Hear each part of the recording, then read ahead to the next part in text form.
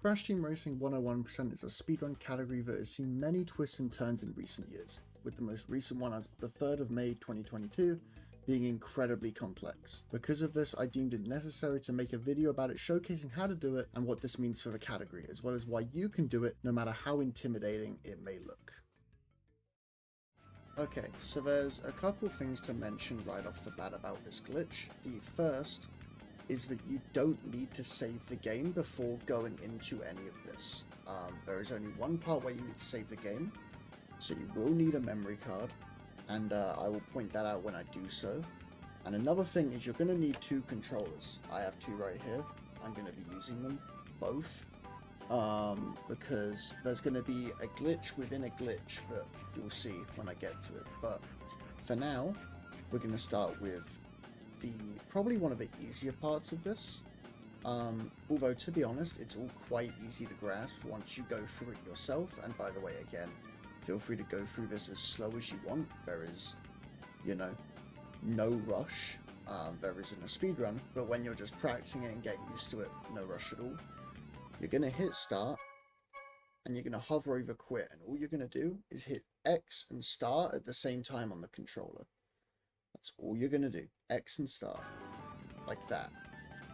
If you go for it multiple times and you just miss it for whatever reason, like that, you can just keep going for it like this until you do get it. What that does is it stores the quit menu in memory. So if I do it on this screen, like that yes or no question will be the first thing I see if I hit start. See? That's important because that means that we can quit to the main menu inside of a level. And we're going to use that. So we're going to go in and scroll up. Again, all you need is two controllers, memory card, and make sure you have a purple token unlocked. You could have already beaten it. That's completely fine. But as long as it's unlocked, you're good. And we're going to do what we just said, hit start and quit to the main menu. Because you left this level the incorrect way by leaving to the main menu, that stores that crystal challenge in memory. So the game now thinks you're still in the crystal challenge because you never left it the right way.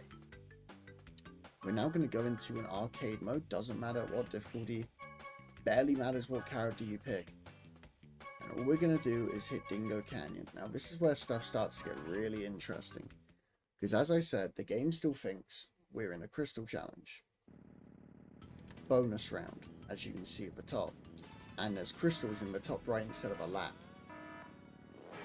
A lap counter. And there's no AI, although we're in arcade mode. In this state, Wumper, these Wumper on the track here, count as crystals. Because they're a collectible that you can pick up.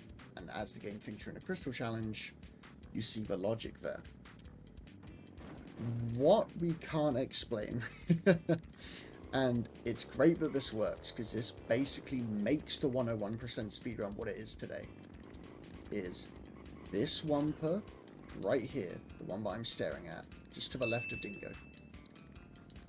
If you hit that and leave with the camera being in a certain area, you can manipulate items from the game and get them for yourself. Which means you can get gems, boss keys, trophies, relics technically, CTR tokens definitely. All of these things you can manipulate just from hitting this Wumper with certain camera angles.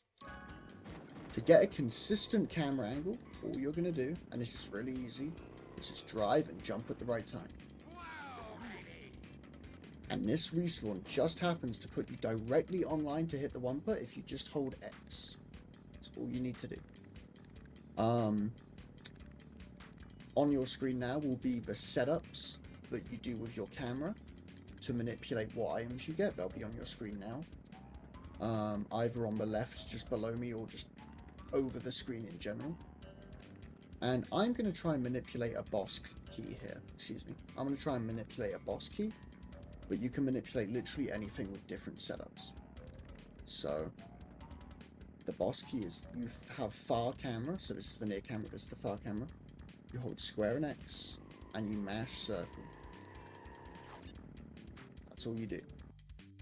And the game thinks you've won, because you collected 1 out of 0 crystals. But again, now that we left that the incorrect way, the game thinks we're in Dingo Canyon now. So, we're going to pick Engine and Dingo. You can actually pick any character here. In fact, as we have a Dingo Dial save file on adventure mode, I'll pick Polar, just to demonstrate that this works with literally anyone. This is important. You pick Rocky Road, and again, go over this as slow as you want. Life limit mode, player 1 in team 2, player 2 in team 4. That's crucial. And if you want to be fast, cancel every item except potions. Now this is where the second controller comes into play. I've got my little pink controller right here, and all I'm going to do is hit myself. That may sound stupid, but this is actually not the new thing. This has been known since about 2017, that you can wrong walk to different parts of a game through battle mode. This is known. What isn't known is the effect that it's going to have on the speedrun, combined with what we just did in Dingo Canyon through arcade mode. We're going to hit ourselves twice, because that wrong walks us to Gemstone Valley in the adventure mode that we left the incorrect way, so the game stored it in memory. As Polar, not as Dingo Dial. And I have a second boss key because of Dingo Canyon. So you'll notice that I have 4 trophies, but I have the Komodo Joe boss key because of Dingo Canyon glitch. This saves easily 2 to 3 minutes minimum in New 101%, and this is the exploit. Because now it's not even over, because we left battle mode the incorrect way, so the game still thinks we're in battle mode. This is the load. I'm going to save the game here to make sure that that key that I just got is locked in. So we've got that now for life. That's our key now. 4 trophies, 2 keys. That's meant to be impossible. All we're going to do is we're going to go to a token that doesn't crash the game on your screen now because of your battle mode glitch that you just did. There are only 5 levels that work in this state.